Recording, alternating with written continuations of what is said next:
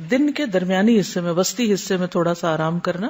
قیلولہ کہلاتا ہے، اور یہ سنت ہے، اور یہ پورے جسم کو ریلیکس کر دیتا ہے۔ قیلولہ کرنے سے رات کی نیند بھی پرسکون ہو جاتی ہے، اور اس طرح مکمل ریلیکسیشن حاصل ہوتی ہے، کیونکہ نیند کا نہ آنا بذات خود ایک سٹریس ہوتا ہے، تو قیلولہ اس کا علاج ہے۔ قیلولہ کا مطلب ضروری طور پر سونا نہیں کہ اس میں نیند ہی آئے، کیونکہ بعض لوگوں کو 15 منٹ میں نیند نہیں بھی آتی، تو اس صورت میں خاموشی کے ساتھ ریلیکس کرنا، آنکھیں بند کر کے کچھ دیر اپنے جسم کو بالکل ڈھیلا چھوڑ دینا، یہ بھی اس مقصد کو پورا کر دے گا۔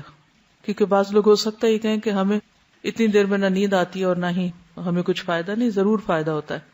اور اس میں اگر آپ کی عادت ہو جائے روز مخصوص ایک وقت پر لیٹنے کی، تو اس سے آپ کا یہ جو بایولوجیکل کلاک ہے وہ بھی سیٹ ہو جائے گی، اور پھر آہستہ آہستہ 2-4 منٹ کے لیے آپ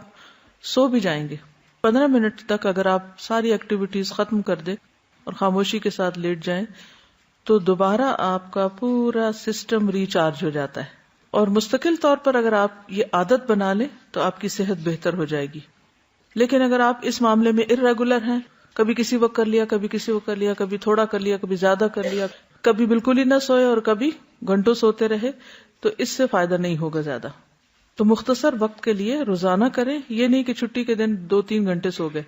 اب اس کا نقصان کیا ہوتا ہے، پھر اگلے دن انسان وقت پہ نہیں اٹھتا، دیر سے نیند آتی، پھر دیر سے نیند کھلتی ہے، پھر